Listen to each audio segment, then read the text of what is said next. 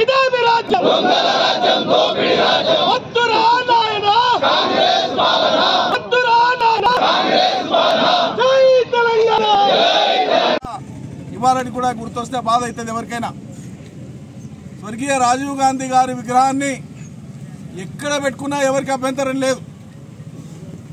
కానీ పని కట్టుకొని ఎక్కడ తెలంగాణ తల్లి విగ్రహాన్ని పెట్టాలని మనం సెక్రటరేట్ అమరవీరుల స్తూపం మధ్యలో పెట్టాలని మనం అయితే సంకల్పించి ఉంటేమో మనం ఎన్నికలకు పోయేనాటికి ఆ కార్యక్రమాలు అప్పటికే పూర్తయినాయి. ఎన్నికల తదనంతరం తెలంగాణ తల్లి విగ్రహం అక్కడ పెట్టాలనుకున్నాం.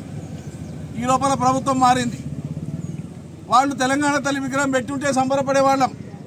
కానీ ఆ పని చేయకుండా రాజీవ్ గాంధీ గారి విగ్రహం తెచ్చి తెలంగాణ తల్లి విగ్రహం పెట్టేటువంటి చోట వాళ్ళు ప్రతిష్ఠించడం అనేటువంటిది తెలంగాణ ఆత్మ మీద కాంగ్రెస్ పార్టీ దెబ్బ కొట్టింది. కాబట్టే ఇవాళ తెలంగాణ తల్లికి పాలాభిషేకం చేసి కాంగ్రెస్ పార్టీకి మా నిరసన తెలియజేస్తున్నాము.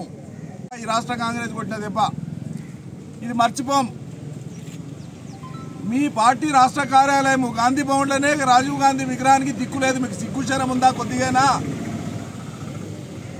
ఈ రాష్ట్రంలో ఉండేటువంటి పిసిసి అధ్యక్షుడు స్పందించాలి. 100 ఏళ్ల తర్వాత కూడా ఇయ్యాలడికి మీకు ఎందుకు లేదు?